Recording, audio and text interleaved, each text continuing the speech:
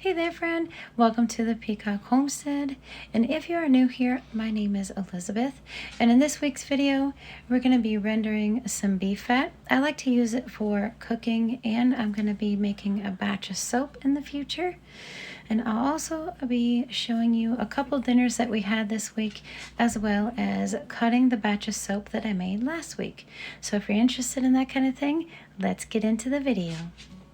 Up here in the Adirondacks, it's actually been a bit cold this year starting December. It's been below zero in the single digits, and we've gotten a bit of snow, about 12 to 15 inches. So we've been doing quite a bit of snow removal as well. And the goaty girls, they don't seem to mind it. They got their winter coats on. The hubs had snow blowed a path for them, and they've just been running circles like race cars.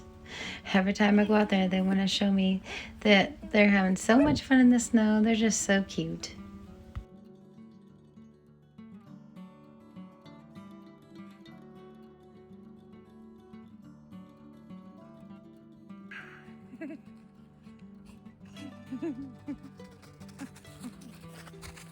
Good girl.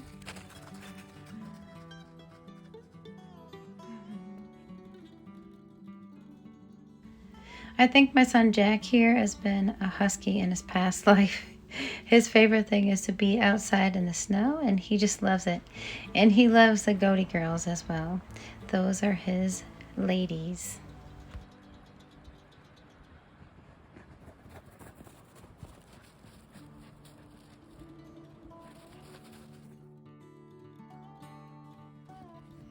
What you doing?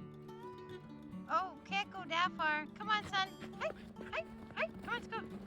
Jackie, come on. Come on.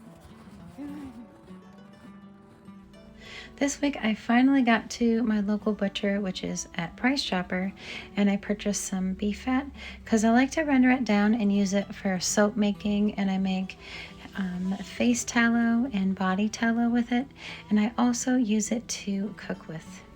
So what I'm going to do is I'm just going to take all of this fat and cut it into 1-inch squares, and I'm going to get it all in the pan.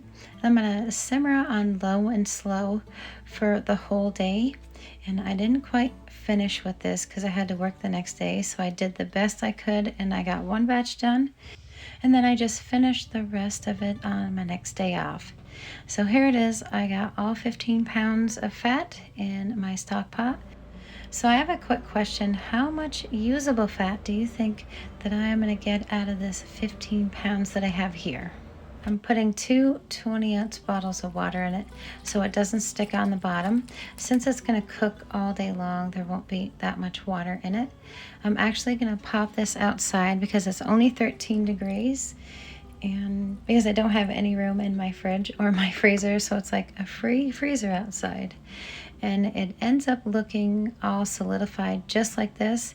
And I'm gonna pop this out of here the best I can. I kind of had to chisel my way through it. And then I'm gonna scrape the bottom off, so that's gonna have all of the bits that you don't want in it. And then I'll just add it back into the pot, and I'll cook it for at least boil it for 5 minutes once it stops done crackle and popping. So I boil it for at least 5 minutes until the water is evaporated out, and then I am going to just pour these into jars. I'll just be using the open kettle canning method to process these. That is just when you have a hot jar of liquid and you place your lid on and you ring on finger tight, and it should seal itself, and that method works really good for this. So I'm just going to cook this down and cook the rest of the water out, and then I'm going to save this for my next day off, and I'll process that on a different day. So that's what that looks like, and it's ready to go in the jars. And all together, out of 15 pounds of fat, I got 7.6 pounds of usable fat, and there was 7.4 pounds of throwaway solids.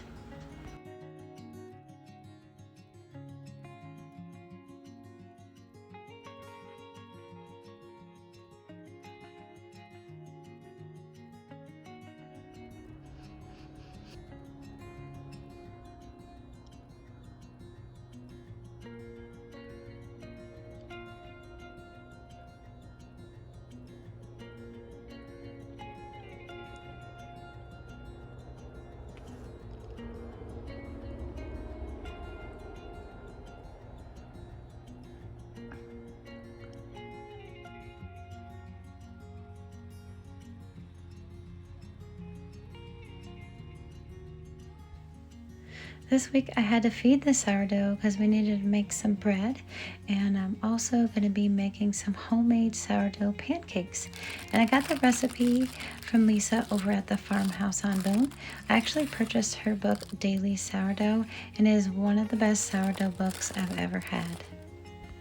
One of the biggest reasons why I love sourdough so much, because it is super forgiving. You can do so many things with it, and you can just store it in your fridge. So right here we're having breakfast for dinner.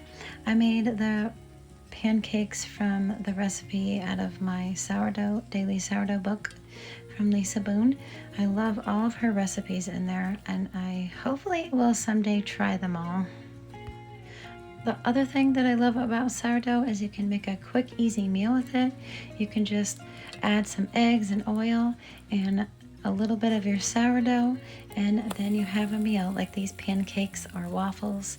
So this is what we had for dinner on that night.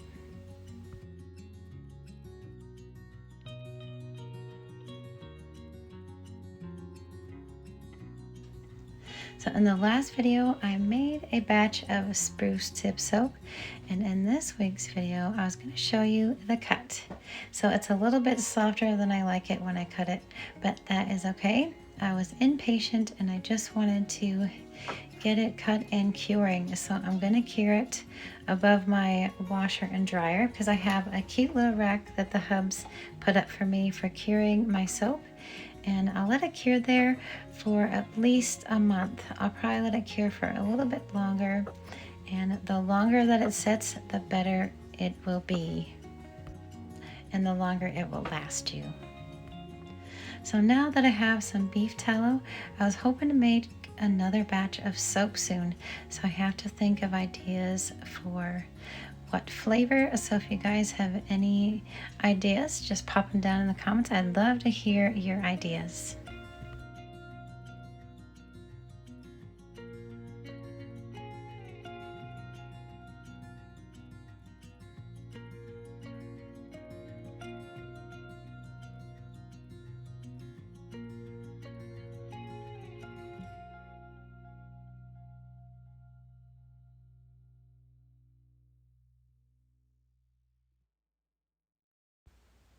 One meal that we made this week that was super quick and easy, all I had to do was heat up the veggies and boil a batch of pasta.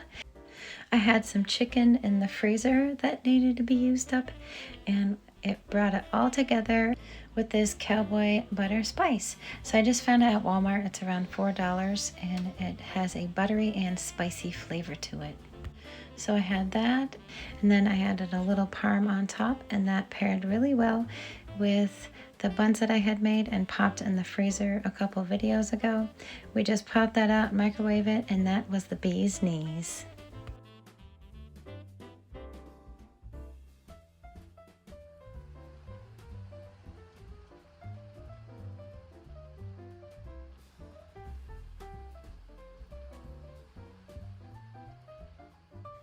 I know it sounds funny, it's really cold, it's December, and I'm making a batch of ice cream, but that is okay.